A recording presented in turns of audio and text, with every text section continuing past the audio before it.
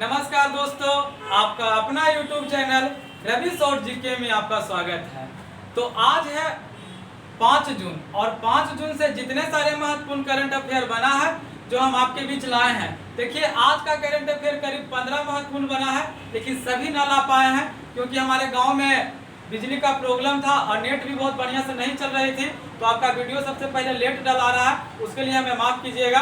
तो चलिए, कुछ प्रश्न आज प्रश्न कम है पर अच्छा प्रश्न है, तो चलिए शुरू करते हैं। तो आज का फर्स्ट प्रश्न है कि हाल ही में किस राज्य ने जाति आधारित जनगणना कराने का निर्णय लिया है। तो कौन सा राज्य द्वारा कराया जाएगा?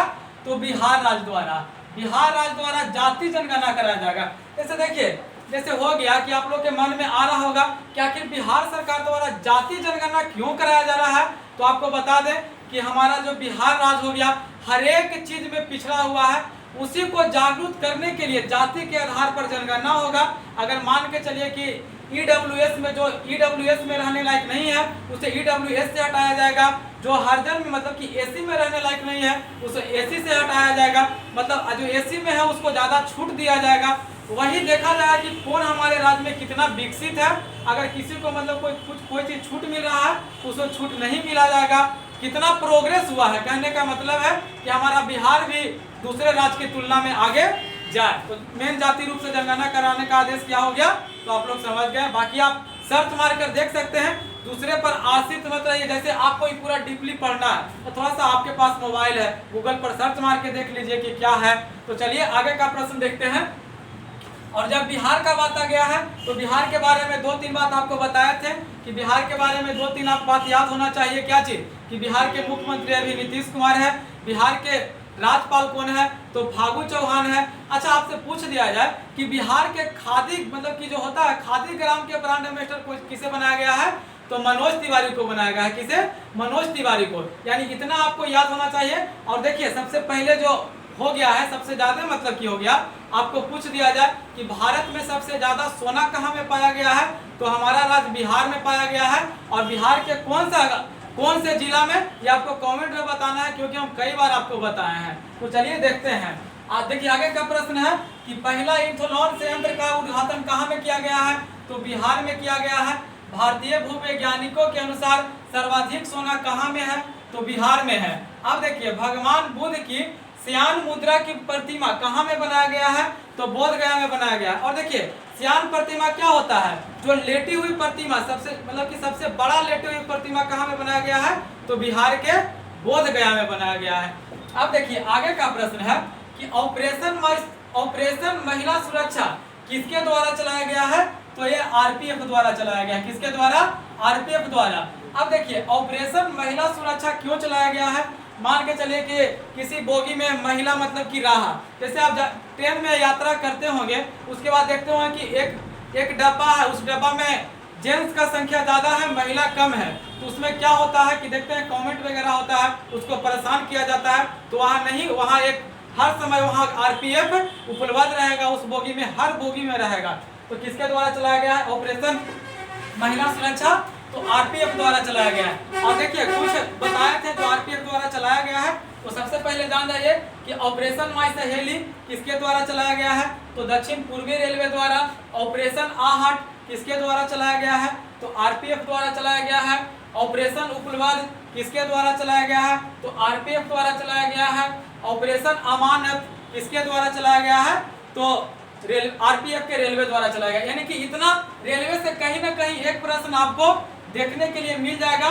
तो आपको याद रखना है कि महिला सुरक्षा किसके द्वारा चलाया गया है? तो आरपीएफ द्वारा। ऑपरेशन माई सहेली दक्षिण पूर्वीय रेलवे द्वारा। ऑपरेशन आहट का संबंध आरपीएफ से। ऑपरेशन उपलब्ध का संबंध आरपीएफ से। ऑपरेशन अमानत का संबंध आरपीएफ से। अब देखिए, जब रेलवे का बात आ गया तो रेलवे के बारे में 2-3 बात आपको याद होना चाहिए कि रेलवे के वर्तमान में मतलब कि कौन है? तो अश्विनी वैष्णव। मंत्री कौन है? रेलवे मंत्री कौन है अभी? तो अश्विनी वैष्णव है। आपसे पूछ दिया जाए कि वर्तमान में रेलवे बोर्ड के अध्यक्ष और सीईओ कौन है? तो विनय कुमार त्रिपाठी। कौन है? यानी कि विके त्रिपाठी। अब देखिए, जब रेलवे का बात आया तो आपको बताए थे सबसे बड़ा चीज क्या चीज कि भारत मतलब कि कवच चला गया। कवच का आयोजन किस लिए किया गया है? कवच इसलिए चलाया गया है कि अगर एक ही पटरी पर अगर 2 ट्रेन आ जाए तो कवच उसमें लगाया गया है 1 किलो 500 किलोमीटर के आसपास अपने ट्रेन रुक जाएगा एक दूसरे में। तो आपको बोल दिया जाए कि कवच का संबंध किससे है, तो रेलवे से है। अब देखिए आगे का प्रश्न है कि चर्चा में रहा मैत्री एक्सप्रेस रेलगाड़ी किन दो देशों के बीच चलाया गया है, तो भारत और बांग्लादेश। किसके बीच, भारत और बांग्लादेश। किसके बीच, भारत और बांग्लादेश। यानी आपसे पूछ दिया जाए कि मैत्री एक्सप्रेस का कौन दो देशों के बीच चलाया जा रहा है, तो भारत और बांग्लादेश। देखिए ये नया नहीं चल रहा है, पहले बहुत पहले से भी चलता था मैत्री एक्सप्रेस भारत और बांग्लादेश के बीच। लेकिन क्या हुआ कि जब कोरोना काल आया तो 2 साल में बंद हो गया था, तो वही फिर से शुरू किया गया है। तो आपको सब पूछ दिया जाए कि मैत्री एक्सप्रेस किसके बीच चलता है, तो भारत और बांग्लादेश है। और मिताली एक्सप्रेस भारत और बांग्लादेश के बीच चलता है। यानी कि 2 को आपको याद रखना है कि मैत्री एक्सप्रेस का कहाँ चलती है, तो भारत और बांग्लादेश। मिताली कहाँ में चलती है, तो भारत और बांग्लादेश। अब देखिए आगे का प्रश्न है, और आगे का प्रश्न बताने से पहले हम आपको बता देते हैं कि आप हर दिन टेलीग्राम से जुड़िए, क्योंकि देखिए जो भी प्रश्न होता है आज तो हम यहाँ आपको बता देते हैं, और यही प्रश्न का टेस्ट अगले दिन टेलीग्राम पर हो जाता है। और टेलीग्राम चैनल का नाम भी रवि शॉर्ट जीके है। तो आप अपने दोस्तों के जोड़िए, अपने भाइयों के जोड़िए, कहीं ना कहीं आप उनको परीक्षा अगर आपका NTPC का देने वाले हैं, ग्रुप डी का देने वाले हैं, तो कहीं ना कहीं आपको फायदा ही मिलेगा। तो चलिए शुरू करते हैं। तो आगे का प्रश्न है कि हाल ही में जारी Times Higher Education Asia University Ranking 2022 में कौन सा भारतीय संस्था शीर्ष पर है? तो कौन सा संस्था शीर्ष पर है, तो इंडियन इंस्टीट्यूट ऑफ साइंस है। तो ये कहाँ का है, तो बंगलौर का है। कहाँ का, बंगलौर का। यानी आपसे पूछ दिया जाए कि यूनिवर्सिटी रैंकिंग 2022 में कौन सा भारतीय संस्था शीर्ष पर है, तो इंडियन इंस्टीट्यूट ऑफ साइंस कहाँ का है, तो बंगलौर का है। अब देखिए आगे का प्रश्न है कि फ्रंटियर क्या है। तो कुछ दिन पहले ही आपको बताए थे कि जापान के सबसे मतलब कि दुनिया के सबसे सुपर कंप्यूटर कौन था, तो फुंगाकू था। और फुंगाकू को पीछे छोड़कर कौन बन गया है, तो फ्रंटियर बन गया। और फ्रंटियर किसके द्वारा लॉन्च किया गया है, तो ये अमेरिका का है। कहाँ का है, अमेरिका के। अब देखिए आगे का प्रश्न है कि हाल ही में मेटा के नए मुख्य परिचालन के अधिकारी किसे बनाया गया है, तो जेवियर ओल्बियन को बनाया गया है। किसे बनाया गया है, जेवियर ओल्बियन। यानी आपसे मेटा क्या है, तो फेसबुक का नया नाम बना दिया गया है मेटा। तो आपको बोल दिया जाए कि मेटा का नए मुख्य परिचालन कौन अधिकारी बने हैं, तो जेवियर ओल्बियन।